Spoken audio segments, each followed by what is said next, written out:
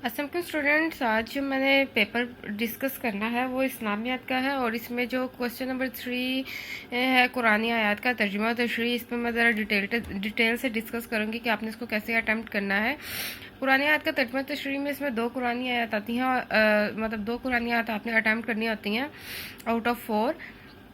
तो आपके पास चॉइस होती है, आप जो सी भी आयत अटैम्प्ट करें उसके साथ पहले उसका मेंशन करें, अलिफ अटैम्प्ट करें बे जीम दाल में से, तो पहले आप उसकी हेडिंग दें।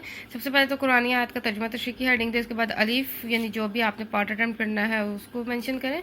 उसके बाद जो है ये बेस्ट तरीका होता है, आपकी ये ऑप्शनल है। अगर आप अच्छे स्टूडेंट हैं, टॉपर में आपने मार्क्स चाहते हैं, हाईएस्ट मार्क्स चाहते हैं, तो आपको इस तरह अच्छी प्रेजेंटेशन देनी चाहिए और इसके लिए आपको प्रैक्टिस ज़्यादा से ज़्यादा करनी चाहिए ताकि आपकी स्पीड अच्छी हो, पेपर कंप्लीट अटैम्प्ट कर सकें। अब इसमें जो आए थी उसकी मैंने स्टार्टिंग और एंडिंग के दो दो वर्ड लिख दिए हैं और डॉटेड लाइन में इसे कंप्लीट कर दिया है। तो ये भी तरीका है कि आपने उससे बता दिया है कि आप कौन सी आयत अटैम्प्ट करें। अगर आप नहीं भी करना चाहते तो कोई मसला नहीं, आप अलिफ को सेंटर में थोड़ा सा मेन हेडिंग बना के इसे शो कर दें। मैं आपको हर वीडियो में बताती हूँ कि आपने पेपर अटैम्प्ट करने के लिए 2 कट मार्कर लेने हैं, एक 605 और एक 604। जो 605 जो है वो ये जैसे जैसे ये बोल्ड हेडिंग है, मेन हेडिंग के लिए मैं यूज़ करती हूँ, और 605 जो है वो सब हेडिंग के लिए यूज़ करती हूँ। और मार्जिन लाइंस भी देखे मैंने, वन साइडेड लगाई है, आपने वन साइडेड मार्जिन लाइन लगानी है। 605 मार्कों को कट करके खुद बहुत डबल लाइनिंग में आ जाएगा। तो अच्छा जी, तर्जुमे की तरफ आते हैं। जब तो सबसे तर्जुमे, क्योंकि इसके 4 मार्क्स हैं, 10 आउट ऑफ 10 टोटल मार्क्स हैं तर्जुमा तशरीह के साथ, जिसमें से 4 तर्जुमा के हैं, तशरीह के 6 मार्क्स हैं। तो इसलिए आपने तर्जुमे को अच्छा प्रेजेंट करना है और अच्छा तरह आपने इस पर फोकस करना है। मैंने तर्जुमे की हेडिंग दी है, उसके बाद तर्जुमा क्योंकि लॉन्ग था लिखा मैंने सेंटर में ही है, जैसे डेफिनेशन दिखते हैं। देखिए मैंने उसको थोड़ा सा इसको थोड़ा सा विड्थ जो है उसकी ज़्यादा रखी है क्योंकि तर्जुमा इसका लेंथी था। अगर तर्जुमा लेंथी नहीं है, शॉर्ट है, तो आप उसकी विड्थ थोड़ी कम कर दें, यानी उसको आप ऐसे सेंटर में ले आएँ। तो ये मैंने इसको इन्वर्टेड कॉम्बस में तर्जुमा इसको लिख दिया है। उसके बाद तशरीह करनी है, तशरीह की हेडिंग दी है। अच्छा जी, अगर आपको कुरानी आयत का यकीनन पता ही होगा कि वो आयत जो है वो किस सूरत से आई हुई है, तो आप उससे सूरत को सबसे पहले मेंशन करें कि इस आयत का ताल्लुक किस सूरत से है। और अगर आपको पता है कि वो सूरत कौन सी है, क्योंकि लिमिटेड सूरतें हैं आपके सिलेबस में, तो आपको पता ही होगा। अगर पता है तो आप उसकी सूरत नंबर भी मेंशन करें और मार्कर के साथ उसे प्रोमिनेंट करें।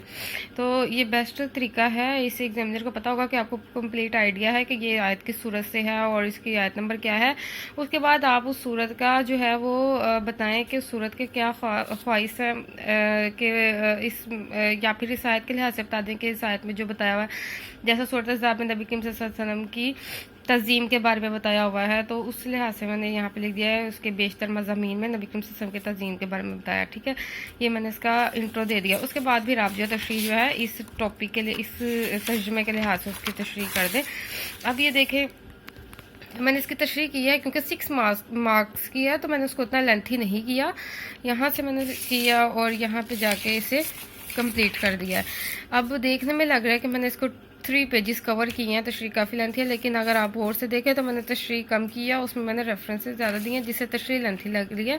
अगर आपको ये अच्छा नहीं लगता तो आप 1-2 रेफरेंस ही दें, उसके बाद तशरीह लेंथी कर लें, लेकिन क्योंकि हमने टाइम को भी देखना होता है, मार्क्स के लिहाज से भी चलना है, तो उसके अकॉर्डिंग तो ये बेस्ट है इतना, क्योंकि 6 मार्क्स की है तशरीह। 4 नंबर तो तर्जुमे के आपको मिल जाएंगे, उसके बाद तशरीह जो है वो 6 मार्क्स के अकॉर्डिंग करनी है आपने।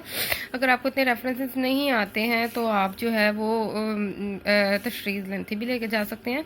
अब क्योंकि इस आयत के लिहाज से रेफरेंसेस मेरे पास ज़्यादा थे, तो मैंने उसमें रेफरेंसेस ऐड किए हैं अच्छी तरह। और ऐड करने का देख लें कैसे क्या तरीका है, मैंने इसलिए ये ज़्यादा इसमें ऐड किया ताकि आपको लिखने का तरीका आ जाए। अब यहाँ पे देखें, मैंने कुरानी आयत का रेफरेंस देना था, तो मैंने अल कुरान लिखा है, पर स्टार छोटा सा डाला है। उसके बाद ये मैंने स्टाइल है, मेरा स्टाइल है इससे हेडिंग देने का। उसके बाद अगर आपने कुरानी आयत लिखनी है तो लिख लें, नहीं लिखना चाहते तो अल कुरान, उसके नीचे डायरेक्ट तर्जुमा की हेडिंग दें इस तरह।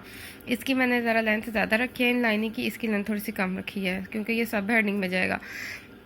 अब चूंकि मुझे पता था ये वरफ़ान का ज़िक्र जो है सूरत अल-नशरा की आयत है, तो मैंने अल-नशरा की भी हेडिंग देख दी।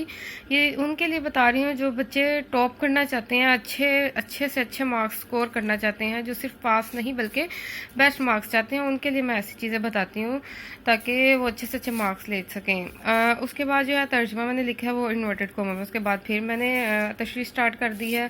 जब भी आप नेक्स्ट पैसेज स्टार्ट करें तो हमेशा स्पेस दें। ये देखें, जैसे मैंने यहाँ पे भी स्पेस दी, यहाँ पे भी दी। उसके बाद फिर मैंने एक रेफरेंस कोट करना था, मैंने फिर उसको इस तरह ही कोट किया। उसके बाद जब मैंने शेयर ऐड करना है, शेयर का रेफरेंस देना है, तो मैंने ये देखें बुलेट बनाया है। उसके बाद फिर शेयर की स्टार्टिंग इस तरह करते हैं, शेयर लिखा। उसके बाद मुझे पता था इल्लामा इकबाल का, तो मैंने नीचे इल्लामा इकबाल को नाम लिख के ऐसे कोट कर दिया। इसके बाद फिर मैंने एक रेफरेंस देना था, हदीस थी वो, और तो मैंने अल हदीस लिख के अल हदीस अगर आप अरबिक में लिखना चाहते हैं तो लिख लें, अगर आप ज़रूरी नहीं, अगर आप ये शायद मद नहीं ऐड करना चाहते ना करें, सिंपल अरबिक में लिख दे वह तर्जमा, या डायरेक्ट अल हदीस तर्जमा और फिर उर्दू में तर्जमा लिख दें। अब ये इब्ने मुस्लिम की हदीस थी, मैंने इब्ने मुस्लिम लिख दिया है। तो बेस्ट वे होगा इसको प्रेजेंट करने का। आई होप आपको ये पसंद आया होगा कि इसकी तशरीह कुरानियात की तर्जमा तशरीह कैसे करनी है और कितनी देनी है। वीडियो को ज़रूर लाइक और शेयर करें, मेरे चैनल को सब्सक्राइब करना मत भूलें। Thank you so much. Allah हाफिज़।